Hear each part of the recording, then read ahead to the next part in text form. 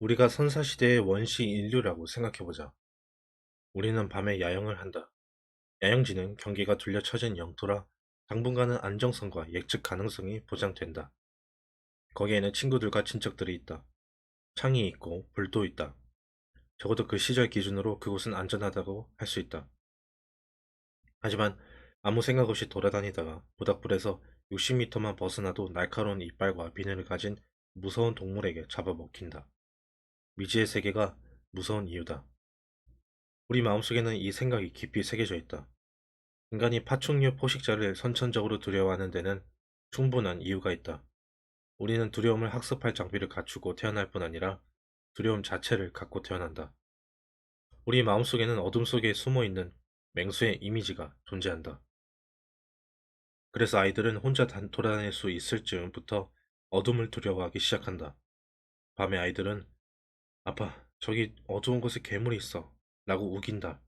그러면 아빠는 아들이나 딸에게 괴물 같은 건 없다고 안심시킨다. 하지만 여기서는 어른이 틀리고 아이가 맞다. 지금 당장은 괴물이 없을지 모른다. 하지만 1m 남짓한 아이가 먹은집스럽게 생겼을 때는 안심할 수 없다. 어둠 속에는 언제든 괴물이 있을 수 있고 있기 마련이다. 따라서 어둠 속에는 항상 사악하고 위험한 것이 있으며 준비된 자만이 거기에 맞서 숨겨진 보물을 챙취할 수 있다는 사실을 말이나 행동으로 알려주어야 한다. 어른과 아이가 함께 역할극을 한다면 더욱 효과적이다. 줄리안이 피노키오를 만나기 약 1년 반 전에 나는 아이를 데리고 보스턴 과학박물관에 갔다. 그곳에는 공룡의 왕 티라노사우루스의 골격이 전시되어 있었다. 내가 봐도 크기가 꽤 인상적이었으니 아이의 관점에서는 어마어마했을 것이다. 45m 지점에서 아이는 호기심에 이끌려 앞으로 나아갔다. 하지만 30m 지점에 이르자 더 이상 걸음을 떼지 못했다. 이는 신경학적 현상이기도 하다. 아이는 호기심에 이끌려 괴물에게 다가가고 몇 가지 유용한 정보를 얻었지만 어느 지점부터는 두려움에 얼어붙는다. 나는 그 경계가 정확히 어디에 있는지 볼 수 있었다. 30m는 티라노사우루스가 갑자기 머리를 숙여 아이를 물려고 해도 안전한 거리였다. 인간의 마음에는 잠재성의 한순간의 무시무시한 공포, 즉 크고 다양한 포식자로 돌변할 수 있다는 개념이 깊이 새겨져 있다.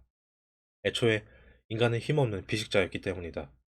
다만 쓸만한 무기로 무장하고 서로 결속하고부터 포식자들에게 까다로운 먹잇감이 되었을 뿐이다. 하지만 어떤 정신적, 심리적 힘들은 포식자처럼 우리를 파괴할 수 있는데 이 힘들이 포식자보다 훨씬 더 위험할 수 있다. 인간의 마음속에 있으면서 사람들이 범죄를 저지르게 몰아가는 악의가 대표적이다. 또한 악은 복수와 약탈과 탐욕이 판치는 전쟁을 일으키고 순수하게 재미를 목적으로 하는 살인과 파괴를 부추긴다. 악의는 다른 사람뿐 아니라 당신의 마음속에도 있다. 다른 어떤 용보다 거대한 이 용을 지배하는 것이야말로 개인이 이룰 수 있는 가장 위대하고 놀라운 성취다. 우리의 신경체제는 이렇게 극적인 방식으로 세계를 해석하게끔 이루어져 있다.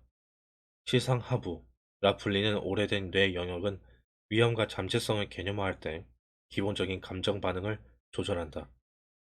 이 시상하부의 두 모듈 중 하나는 번식과 자기 보호를 담당하고 나머지 하나는 탐험을 담당한다.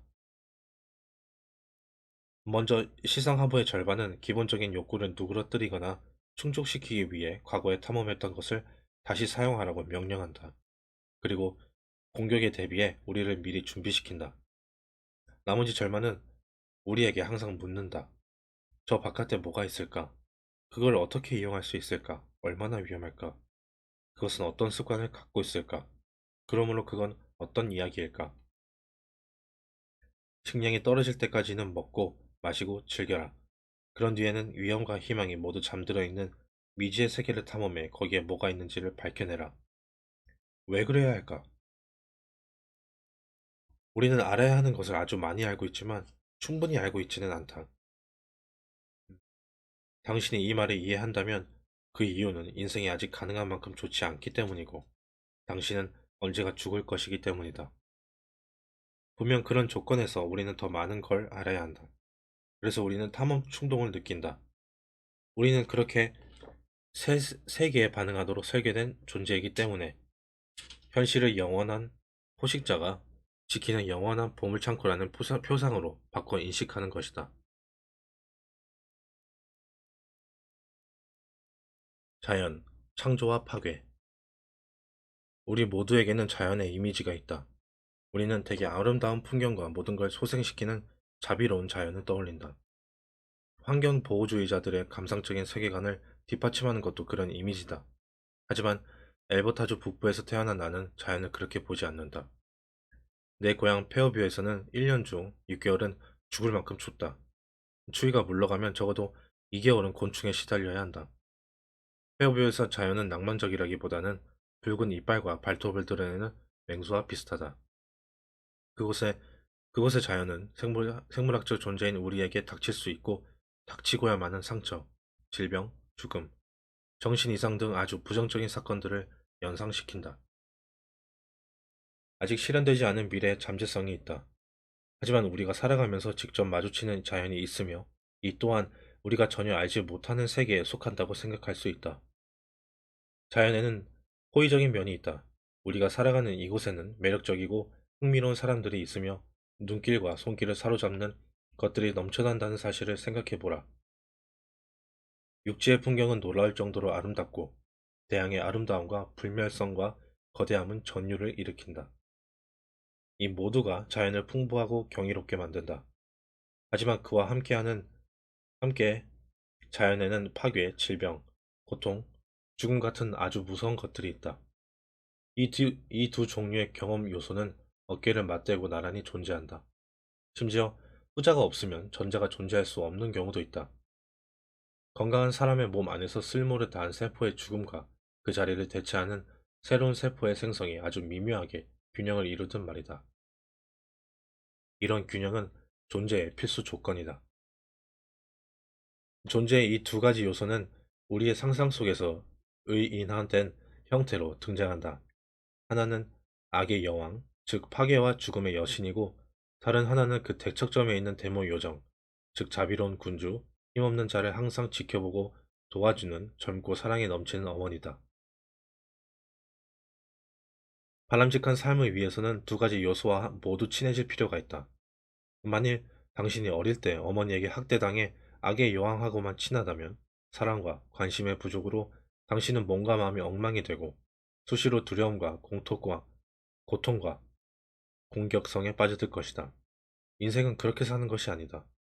그런 환경에서는 불신과 적의와 복수심이 없는 유능하고 온전한 사람으로 성장하기가 매우 어렵다. 따라서 당신은 자비의 여왕이 되어줄 사람을 찾을 필요가 있다. 친구나 가족 또는 가상의 인물이 그런 사람이 되어줄 수 있다. 당신 안에 있는 정신의 일부가 그런 존재가 될 수도 있다. 그 정신은 학대가 잘못되었다는 걸 깨닫는 순간 작동하기 시작한다. 그리고 기회가 오면 반드시 불행한 환경에서 벗어나 다시는 돌아가지 않고 균형 있는 삶을 영위하겠다고 다짐한다. 이 방향으로 가는 첫걸음은 그렇게 학대를 당했음에도 스스로 사랑받을 가치가 있다고 믿는 것이고, 두 번째 발걸음은 다른 누군가에게 사랑을 주는 것이다.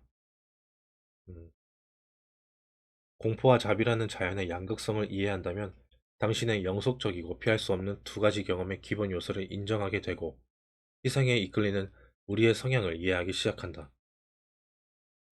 희생 또는 재물이 신들을 행복하게 한다는 말은 종교적 수사이긴 하나, 가령 어떤 신들이 불행한지 알고 그들이 불행할 때 얼마나 무서운지를 이해한다는 건 우리의 지혜가 한층 더 깊어졌다는 뜻이다. 현대인은 희생의 의미를 잘 이해하지 못한다. 보통 제단 위에 올려놓고 통째로 태워 바치는 것으로 생각하기 때문인데, 고대에는 희생이라는 개념을 그런 행동으로 표현했다. 하지만 희생을 심리적으로 개념화하는 데는 현대인도 아무 문제가 없다. 누구나 미래에 늑대가 들어오지 못하게 하려면 지금의 만족을 포기해야 한다는 걸 잘 안다. 우리는 부정의 여신을 희생으로 달램으로써 긍정의 여신을 불러들인다. 우리는 의사나 간호사, 사회복지사가 되기 위해 오랫동안 힘든 훈련을 거친다. 그런 희생이 미래와 협성하고 거래하는 능력, 미래에 대비하는 능력과 맞물릴 때 우리는 위대한 보물을 발견한다. 당신은 충동적인 만족을 접는다. 지금 당장 필요로 하고 원하는 것을 포기한다. 그리하여 결국 가치 있는 것을 얻는다. 당신은 파티와 안락한 시간을 포기한다. 대신 당신의 삶의 어려운 문제에 집중한다. 그러면 삶의 어려운 문제들은 점점 줄어든다. 당신은 적절한 희생을 통해 기른 힘을 발휘해 더 좋은 보수를 받고 주변 사람들을 돕는다. 우리는 항상 이런 방식으로 거래를 한다. 현실의 잠재된 구조와 협상할 수 있다는 믿음을 실천한다. 그리고 의외로 협상은 빈번하게 일어난다. 당신은 최악의 상황, 악의 여왕이 찾아올 때를 대비한다. 그녀의 존재를 인지했으면 당신은 해야 할 일들을 한다.